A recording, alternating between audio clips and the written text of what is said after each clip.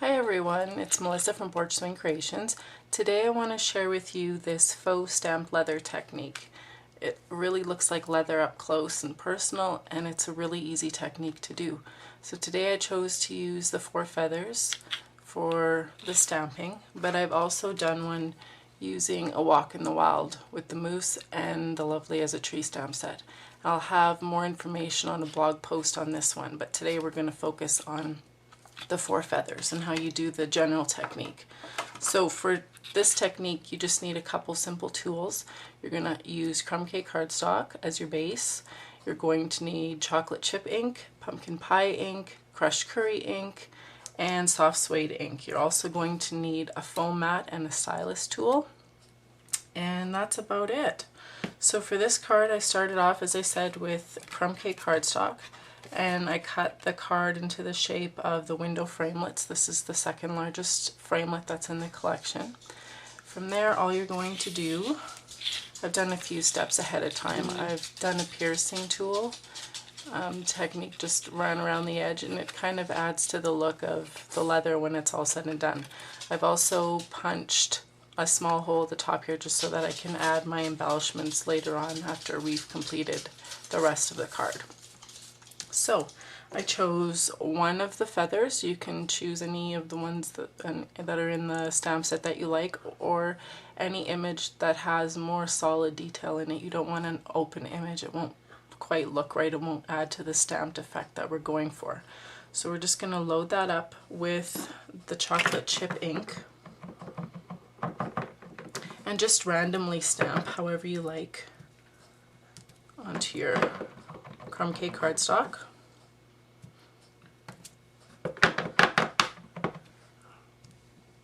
So I'll just do a few here.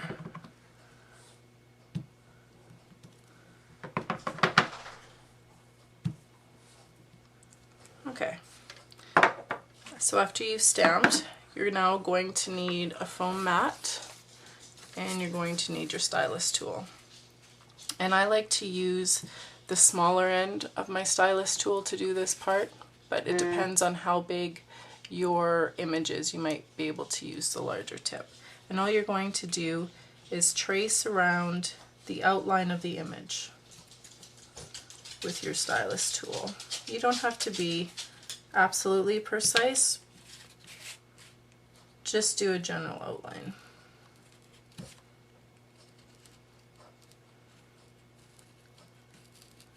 You can take as much time or as little time as you like when you do this.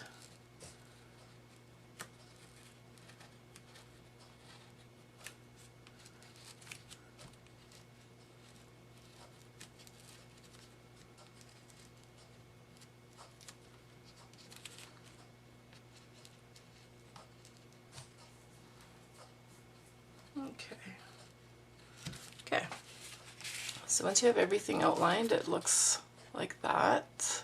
You can see a little indentation, and this is what's going to make it look like it's stamped leather. So the first color that you're going to want to start off with sponging is crushed curry, and you're just going to load up your sponge. Let's get rid of this foam mat. And you're going to start from the outside and work in. So you want some light areas, you want some shaded areas.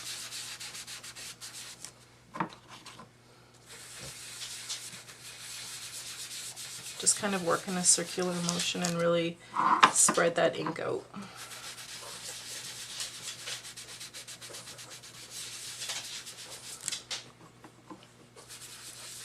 Okay, so after you apply the crushed curry, you're going to move on to pumpkin pie. Same technique, work from the outside in. And leave a little bit of that crushed curry poking through. You just kind of want to add a little bit of this color, not a whole lot. Focus on the edges, get those really burnished looking, and then work your way in. And that's what the pumpkin pie looks like. Then you're going to take your soft suede, and same thing like we did with the pumpkin pie, but just a little less even because you want that pumpkin pie and crushed curry to show through. Really press your sponge and the ink into the image, and then that way it begins to really pop whatever image you've chosen. The outline really stands out that way. So just keep working in that circular motion until you're satisfied. That looks like that. Then you're going to want to finish up one more time. You're going to take that chocolate chip and you just want to highlight the outer edges. You want it to look the most burnished, leaving that inside the lightest.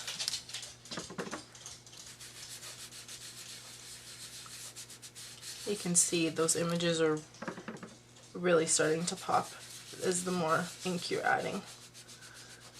Okay, so now to really get the image to pop and really make it appear like the stamped leather, you're going to go back to pumpkin pie ink, load up your sponge, and you're just going to burnish lightly over top. And you'll notice that that pumpkin pie, boom, it really makes your images pop.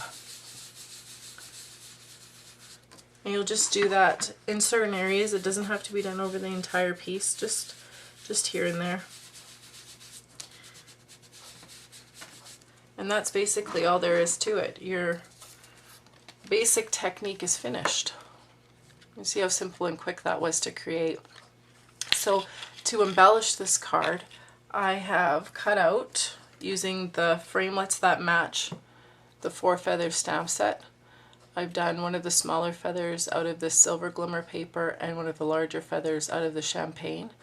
And then I used, what set did I use? Good Greetings. It's a hostess set, and I stamped Thankful for You on Whisper White.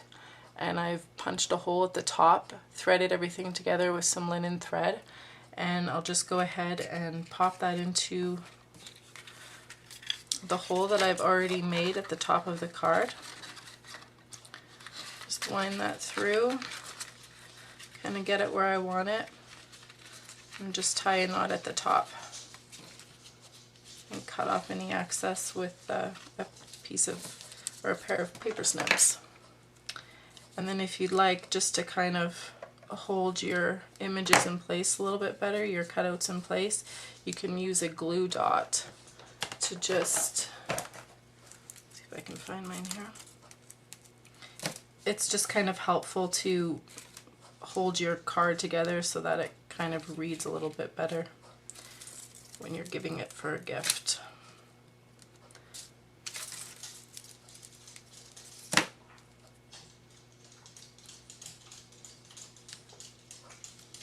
There you go.